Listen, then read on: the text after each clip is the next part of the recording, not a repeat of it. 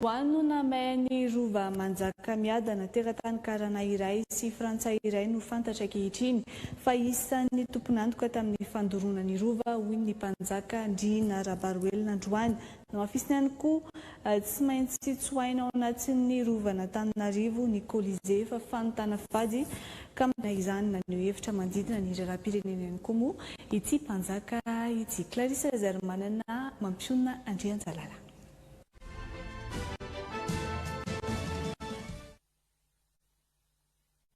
Nanao ampamoaka momba ireo anarana voatontonona ho tao ambadiky ny fahamaizan'ny rova ny Mpanjaka Ndriana RABARIOELINA atao anatin'ny tsingeritaona na hamaizan'ny rova Mpanjaka miadana androany. Namafisiny fa tokony toy ny fanadihadiana ary miandrandra ny mbola ivoahany marina momba izany izy ireo. Mikasika ny namay ny rovan'ny rivo misy ny lapa Mpanjaka miadana araka ny tatitra teo am-pelatananay zany dia nisy karana atao hoe Asanali, nisy vazaha atao hoe Olivier Clément tafiditra tao amin'anatin'ny fandoroana io rovana Antananarivo io. Ary tao anatin'ny tatitra moa dia le karana nandoa 200 millions FMG tamin'izany fotoana.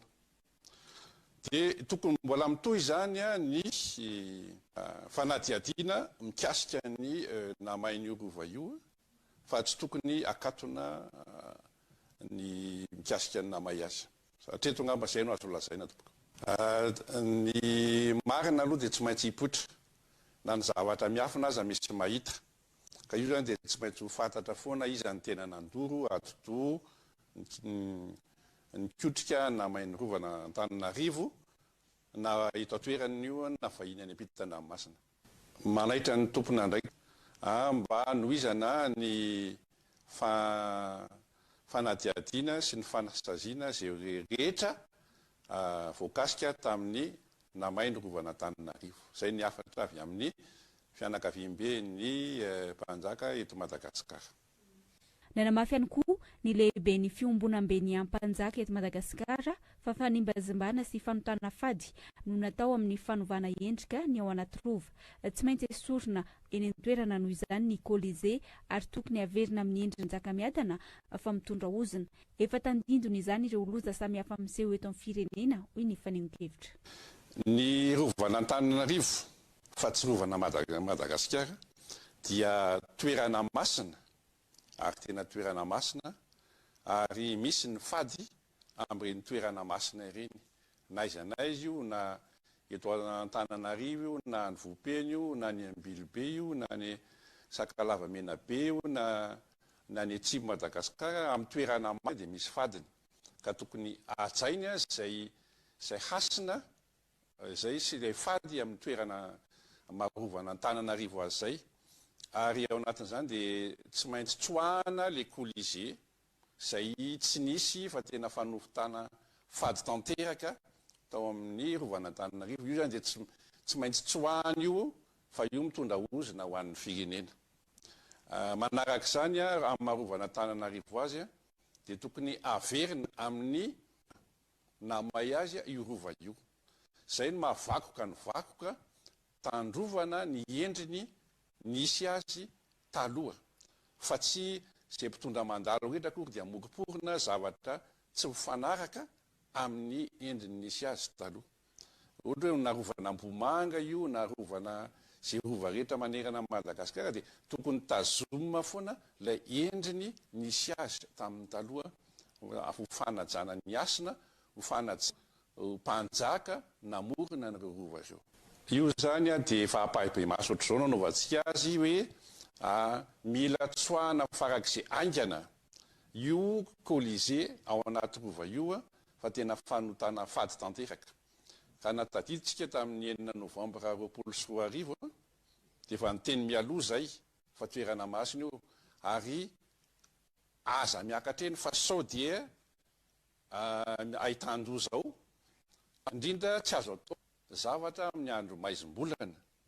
Natao le izy, nisy fanokana natao tamin'ny heritaona ohatr'izao fa raha tadiditsika tsara fa nisy solitena n'olona avy any amin'ny faritra Atsimo Atsinanana maty tao teo amin'ny fotoana io tamin'io andro io 9 Novambra. Ary tao aorianan'ity mbola nafantatra koa zay fa nisy olona anankiray hafa zay maty tonga tao fa tsy nanao tsinitsiny hoe tsy an'izany tsisy zany fady zany loha taty aoriana. Ka izay zany no ampitandrimanay ilazanay amin'ny besinimary hoe toerana masina io rovana Antananarivo io ary tsy tokony azonao zavatra tsinitsinina. Zany kolize zany fanaovana lanonana tsy ao ny fanaovana lanonana fa eny Andohalomasina na eny Mahamasina. Tamin'ny andron'ny Mpanjaka rehefa misy fikabarinana raha misy lanonana dia eny Andohalomasina na eny Mahamasina no ataony lanonana. Fa tsy ao anatin'ny faritra atsimo atsinanana nisy ny kolize io zay tsy ahivontsika tsara fa nisy lapa masoandro teo.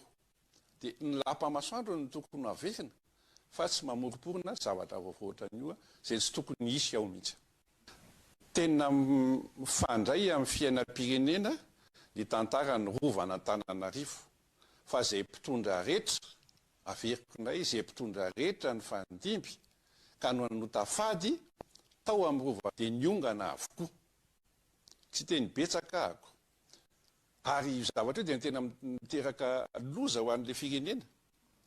Ao anatin'izany jerotsika fa nanomboka nisy ny kolize io dia tonga daholo ny karazana loza teto Madagasikara. Ny ahitany any atsimo mbola tsy nisy ohatr'izany hoe ray tapitrisa mahery ny olona matinoana.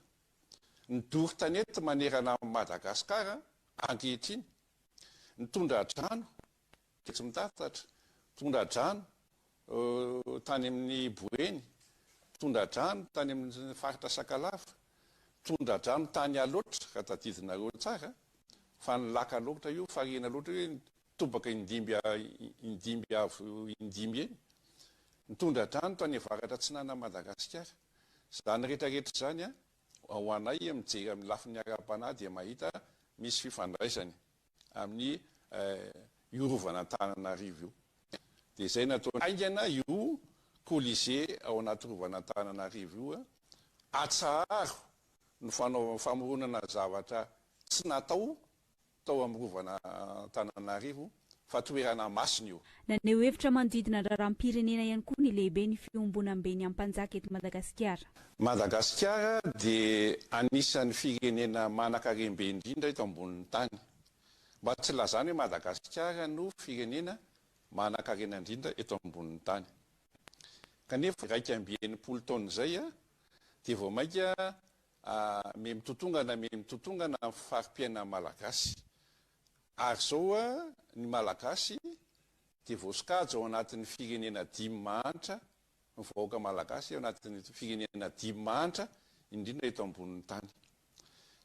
Ny antony dia ahoana ny kolikoly eo amin'ny mpitondra maro ny fandimby nisy hatramin'izay. Fahaizana mitantana firenena amin'ny mpitondra maro fandimby teto amin'ny firenena.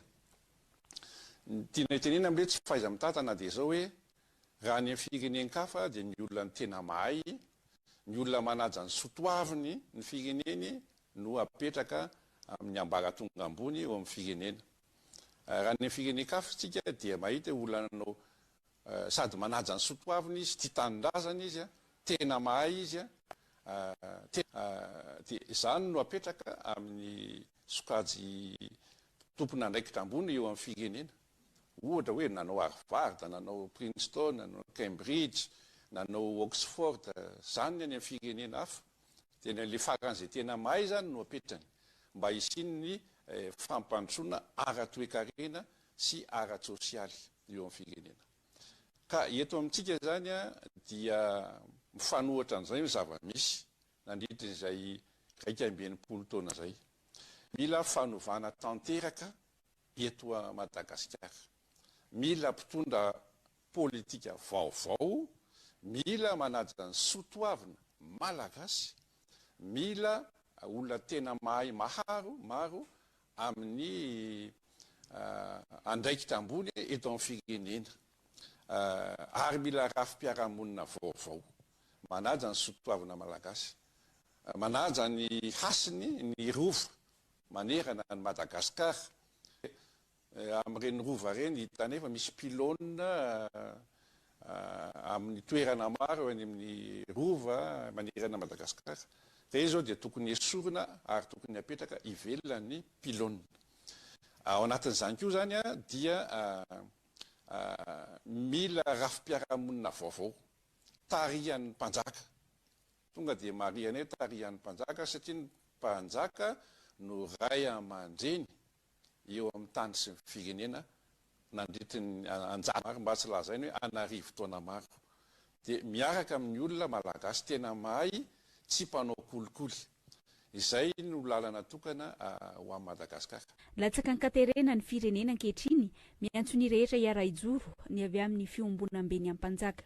Ny vahoaka malagasy rehetra dia mitsangana miazava fa ty Madagasikara tia dia tany masina eo anatrehan'Andriamanitra. Ny vahoaka malagasy dia taranaka voafidy fanjakam-pisorona eo anatrehan'Andriamanitra mpamorona lanitra sy ny tany. Ka mitaona ny hery velona rehetra izay, na ny fiangonana, na ny FFKM, na ny vahoaka malagasy, ny fiarahamonim-pirenena, ny mpitandro filaminana, ny tafika rehetrarehetra, mba hiaraka ijoro aminay fiombonam-beny am-mpanjaka eto Madagasikara amin'ny fanavotana ny firenena. Satria fa tena latsaka katerena tanteraka Madagasikara ankehitriny. Ny zava-misy dia ny votsoa.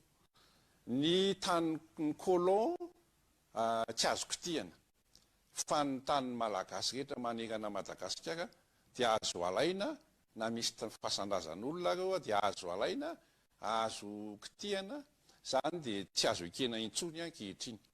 Fa ny vakoka malagasy, ny vakoky ny fianakaviana, ny vakoky ny firenena, ny tany mpianakaviana, izay nisy hatramin'izay manerana Madagasikara ho an'ny tompon-tany.